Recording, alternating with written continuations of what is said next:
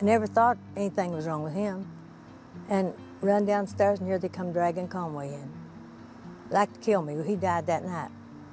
Loretta Lynn and Conway Twitty were the heartbeat of country music. Together they turned every duet into a love story the audience could feel, two voices blending so perfectly that fans swore there had to be more. For decades they denied it, calling each other friends, partners, and nothing else. But the truth was never that simple. Behind the spotlight, they shared a bond that defied definition, deeper than friendship, stronger than fame, and bound by the life they couldn't have. Every look, every lyric, carried something unspoken. Nashville whispered. Their spouses worried. And through it all, Loretta and Conway kept their secret, locked tight behind the songs that made them legends. Before her death, Loretta Lynn finally let that secret slip. In her own quiet way, she revealed what she'd carried for a lifetime, what Conway truly meant to her, and why she never said it until the very end. And when she did, the world finally understood what had always been hiding in plain sight. When Loretta Lynn first met Conway Twitty in the late 1960s, country music was changing fast. The honky-tonk sound was giving way to polished Nashville arrangements, and both singers were at turning points in their careers. Loretta was already a powerhouse, a coal miner's daughter who had fought her way from poverty to the Grand Ole Opry. Conway, once a rock and roll artist under his real name, Harold Jenkins, had just reinvented himself as a country crooner with a velvet voice that women swooned over. Their paths crossed backstage at an awards show, and the chemistry was instant. Loretta's sharp wit met Conway's quiet charm, and the two seemed to understand each other from the first conversation. Not long after, they agreed to record together. The first notes of After the Fire Is Gone revealed something extraordinary, a vocal pairing that felt less like harmony and more like confession. The song raced to #1 and won them a Grammy. Audiences were spellbound. When they sang, it wasn't acting, it was storytelling drawn from real life. Loretta brought fire and defiance, Conway brought restraint and longing, and together they created the emotional balance country fans craved. Each new duet deepened that sense of intimacy. Lead Me On, Louisiana Woman, Mississippi Man, and You're the Reason Our Kids Are Ugly turned them into a phenomenon. Crowds filled arenas not just to hear the music, but to witness whatever was happening between them. Offstage, their friendship blossomed. They traveled together for long stretches of tour life. Endless bus rides, dressing rooms, small-town diners at midnight. Loretta teased Conway for his perfectionism. He protected her from the business's darker corners. In a world often unkind to women, he treated her as an equal. She later said he was one of the few men in Nashville who never tried to control her. That mutual respect became the foundation of everything that followed. Industry insiders noticed that their working rhythm was effortless. They could record a duet in one take because they felt the same emotional beats without speaking. Producers said they often finished each other's phrasing, instinctively breathing in sync. To Loretta, that connection felt fated. She once reflected that Conway knew where a song's heart was before I did. For Conway, Loretta's courage to be raw and real gave his smooth voice something rougher, truer to cling to. As their fame grew, so did the public's fascination. Fans began to imagine that what they heard on those records must mirror real feelings. The two laughed it off in interviews, but even their laughter hinted at something deeper. On stage, Conway's eyes followed Loretta a moment too long. Loretta's smile lingered as the applause died. The cameras caught it all, feeding the mythology that would follow them for the rest of their lives. Still, behind the glamour and rumors, they were simply two artists who recognized themselves in each other's struggles. Both had come from nothing, both had endured criticism, and both carried the scars of difficult marriages. That shared resilience bound them tighter than any romance could. They didn't need to explain it. They lived it in every song.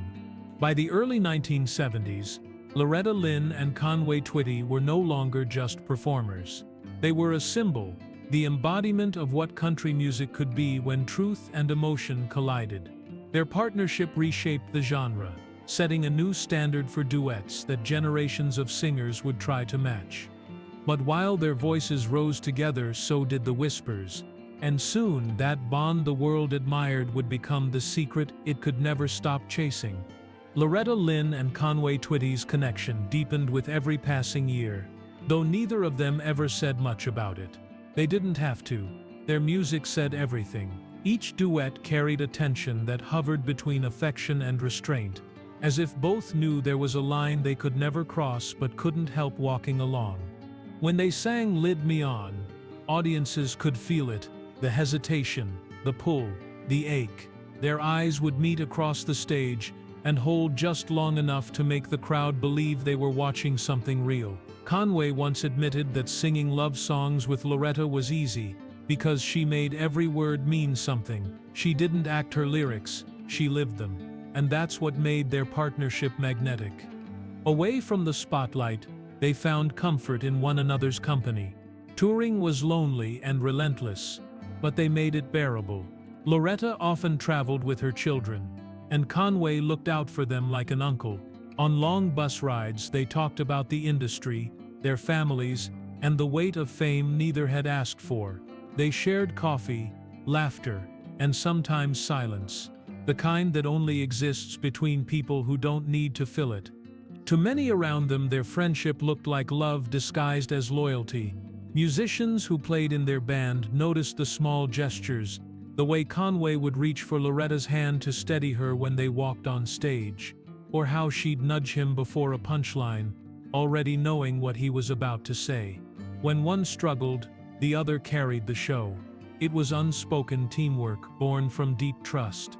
Loretta's marriage to Oliver Doolittle Lynn was famously turbulent, marked by infidelity and fighting. She wrote about it openly in songs like "Don't Come Home A Drinkin'."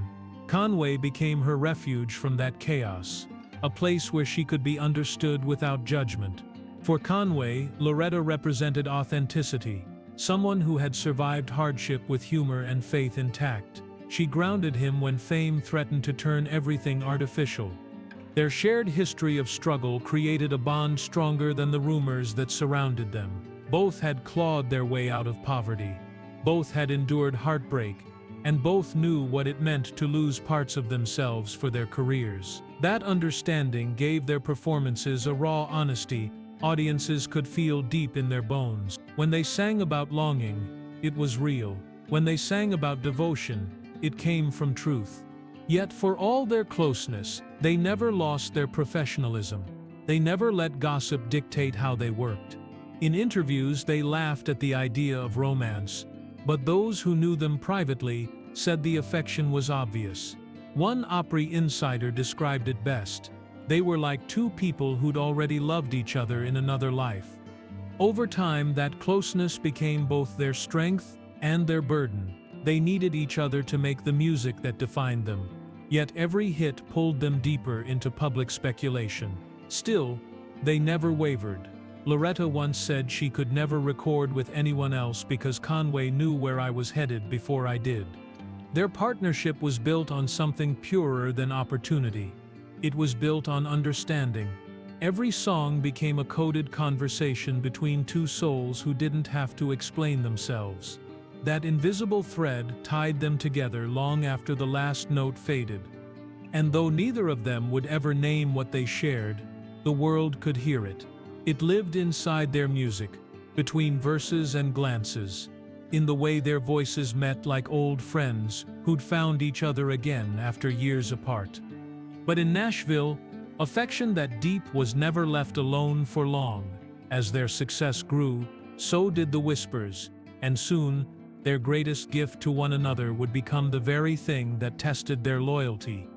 By the mid-70s, Loretta Lynn and Conway Twitty were no longer just country stars, they were an institution. Every new duet topped the charts, every performance drew sellout crowds, and every glance between them was analyzed like a secret code. The public adored them, but fame has a way of twisting admiration into curiosity. Soon, whispers began to follow them everywhere. The rumors started small. Fans noticing the way they looked at each other on stage, reporters asking loaded questions about chemistry. Then came the tabloids, printing speculation about late-night studio sessions and long drives between tour stops. Nashville insiders claimed to know more than they did, spinning harmless friendship into forbidden love. And the more Loretta and Conway denied it, the louder the rumors became. They handled it with grace, though the pressure was relentless. Conway's wife, Dee Henry, stayed mostly silent, but was said to be uncomfortable with how often her husband's name appeared beside Loretta's. Loretta's own husband, Doolittle Lynn, grew bitter and jealous, sometimes accusing her of caring more about Conway than about home. For Loretta, those accusations cut deep.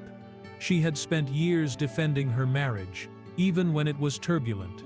Now she found herself defending a friendship she couldn't live without. Conway tried to shield her from it. He refused to let gossip dictate how they worked, brushing off questions and redirecting interviews back to their music. When reporters pressed too hard, he'd joke, "If we were in love, we wouldn't have time to make all these records." It was his way of protecting her dignity, and his own. But behind the humor was fatigue. Their partnership was no longer theirs alone. It belonged to the public's imagination. Despite the strain, they carried on. Their bond didn't fade, it deepened. The harder the world pushed, the closer they became. On stage, the connection grew even more intense. Each song felt like a defiant message to anyone who doubted them. "You're the reason our kids are ugly" turned teasing banter into art, proof that their friendship was stronger than any scandal could break.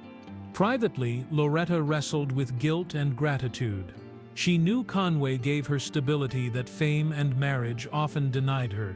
Yet she also understood that the closeness between them came with a cost: her reputation, her peace at home, and the privacy she cherished. She once hinted that people would never understand how much she owed Conway and how much she couldn't say. For Conway, it was more complicated. He admired Loretta's honesty, but the constant attention made him retreat further into quiet. He'd always been a private man, content to let the songs speak for him. And in those songs he found ways to tell her what words never could. When he recorded "I See the Want To in Your Eyes" and she harmonized behind him, fans swore they heard a confession. Time only added fuel to the fire. As new generations discovered their music, the legend of Loretta and Conway became larger than either of them. What began as a musical partnership had turned into one of country music's greatest unsolved love stories. They had built a legacy on harmony, but it was harmony shadowed by rumor, and silence was the only way to protect it. Loretta once said she didn't need to explain anything because the people who know, know. That single sentence summed up the quiet strength that defined them both. They didn't owe the world an answer, they owed each other respect. Still, that respect came with an ache, the ache of something precious that could never be named out loud. And then, without warning, life changed. One phone call would end the years of speculation, and the question that haunted them both would be left hanging in the air, unanswered forever. In the summer of 1993, the music stopped. Conway Twitty collapsed while traveling to a show in Missouri and was rushed to the hospital in Springfield. He never regained consciousness. The man whose voice had carried love songs across 2 decades was suddenly gone, and the loss hit Nashville like a thunderclap. For Loretta Lynn, it was something far deeper. It was the end of the chapter she never wanted to close. She was at home when she got the call. Those who knew her say she went quiet, unable to speak. For years, Conway had been her anchor, the one who steadied her when life grew heavy. Now, in a single morning, that comfort disappeared. At his funeral, Loretta sat in the front row, surrounded by family and friends, but she seemed far away. Cameras caught her holding her hands tightly in her lap, eyes fixed on the casket, as if she still expected him to rise and make one more joke. After his passing, Loretta withdrew from the public eye for a time. She canceled shows, turned down interviews, and spent long days at her ranch in Hurricane Mills. In those months, people close to her said she wandered the property, replaying old duets, and listening to Conway's voice echo through the house. Each song was a reminder of the man who had understood her without explanation. It was grief mixed with gratitude, the pain of losing someone who had seen her at her most human. When she finally returned to the stage, something in her tone had changed. She still sang the same songs, but the fire in her delivery carried a new softness. During a televised tribute, Loretta sang Louisiana Woman, Mississippi Man Alone, pausing before Conway's parts, her voice trembling just enough for everyone watching to feel it. It wasn't performance anymore, it was farewell. Over time, she spoke more openly about him.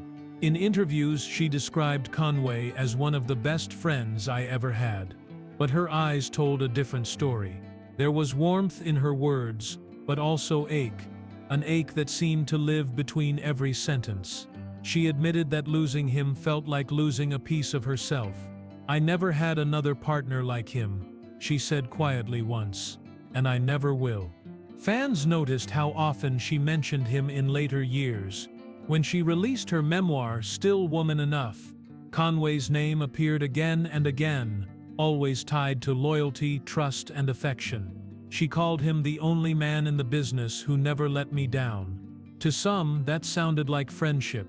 To others, it sounded like the kind of devotion people spend a lifetime denying. Even decades after his death, Loretta visited Conway's grave when she could. She laid flowers, prayed, and sometimes left small notes. Those close to her said she spoke to him out loud, as if updating an old friend on her life. To her, he wasn't gone, just waiting somewhere she couldn't reach yet. The grief never faded, it simply became part of her. When she sang After the Fire Is Gone in her later tours, she sometimes stopped mid-song, letting the crowd carry the chorus. Every time the moment ended the same way, her whispering thank you to the sky before walking off stage. By then, fans had stopped asking if they'd ever been in love. They didn't need an answer. Loretta's silence had always spoken louder than any confession could. But time has a way of loosening even the most guarded hearts, and as Loretta grew older, the truth she'd kept buried began to surface, softly, honestly, and on her own terms. In her final years, when the lights dimmed and the stage no longer called her name, Loretta Lynn began to speak more freely about the past. She had lived long enough to see her peers fade away, to bury the people who built her world, and to realize that some truths lose their power once the heart has healed. And so, when Conway Twitty's name came up in conversations, she no longer smiled it away. She let the memories breathe. She would mention him softly, as if afraid the air itself might break if she said too much. But those who listened closely could hear it, the tenderness beneath every word.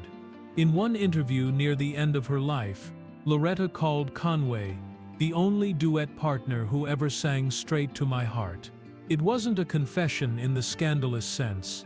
It was something deeper, quieter, a recognition of a bond that went beyond what either of them had ever admitted while he was alive. She reflected on how easily they'd made music together, how they'd never had to rehearse much because they just knew. Then came a pause, long enough to make the interviewer lean forward. "He was special to me," she said. "Always will be." Her tone carried no regret, only affection, the kind that lingers after years of keeping something sacred. Those closest to her later revealed that she spoke about Conway often in private. When old footage played, she'd sit still, watching his face on the screen, as if she were back in those studio lights. Sometimes she'd whisper the harmonies under her breath, smiling through tears. It was clear that what they'd shared had never truly ended, it had simply changed form. In her final recordings and writings, Loretta dropped the last hints of the truth fans had long suspected. She described Conway as a soul that matched mine, and said she thanked God their paths had crossed, even if only for a short time. She stopped insisting they were just friends. Instead, she began to speak of love. Not romantic love, but a kind of rare, enduring connection that transcends labels, the love that artists sometimes find only once. When her health declined, she surrounded herself with family and familiar comforts, but the memories of Conway remained close. In her home studio at Hurricane Mills, one photograph always stayed near the microphone, the two of them smiling in harmony, the moment captured somewhere between laughter and song. She told her daughter once that she could still hear him when she sang. And when the end came in 2022, fans revisited every word Loretta had said about Conway in those final years.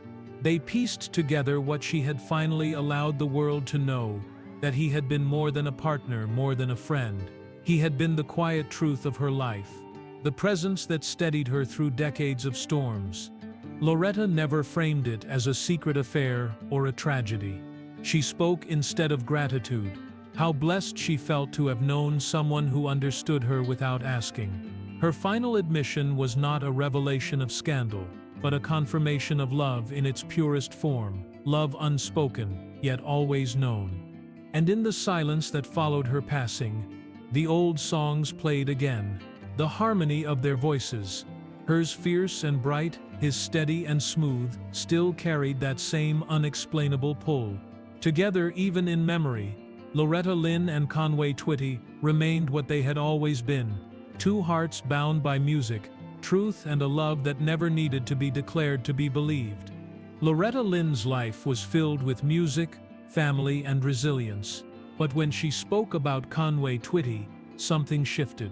Her voice softened, her eyes grew distant, and it was clear that he occupied a place in her heart that no one else ever could. Together they built a legacy that redefined what country duets could be, raw, emotional, and honest. Their songs weren't written to entertain, they were crafted to feel. Through the decades, fans tried to name what they saw between them. But Loretta's final words made it clear, some love stories are meant to exist between the lines. She never betrayed her marriage, and Conway never abandoned his. Yet they shared a connection that outlived every rumor. It was love restrained by time, held together by music, and remembered in every verse they sang.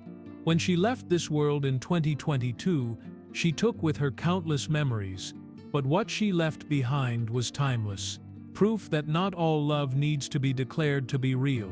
The truth she finally admitted wasn't scandal, it was grace. It was the kind of truth that reminds us how deeply two people can know each other without ever saying the words. And when their voices meet again in those old recordings, you can still hear it, that quiet understanding, that unfinished tenderness. Loretta Lynn and Conway Twitty may be gone, but their harmony still lingers, echoing through time like a promise never broken. For more emotional stories, check out this video.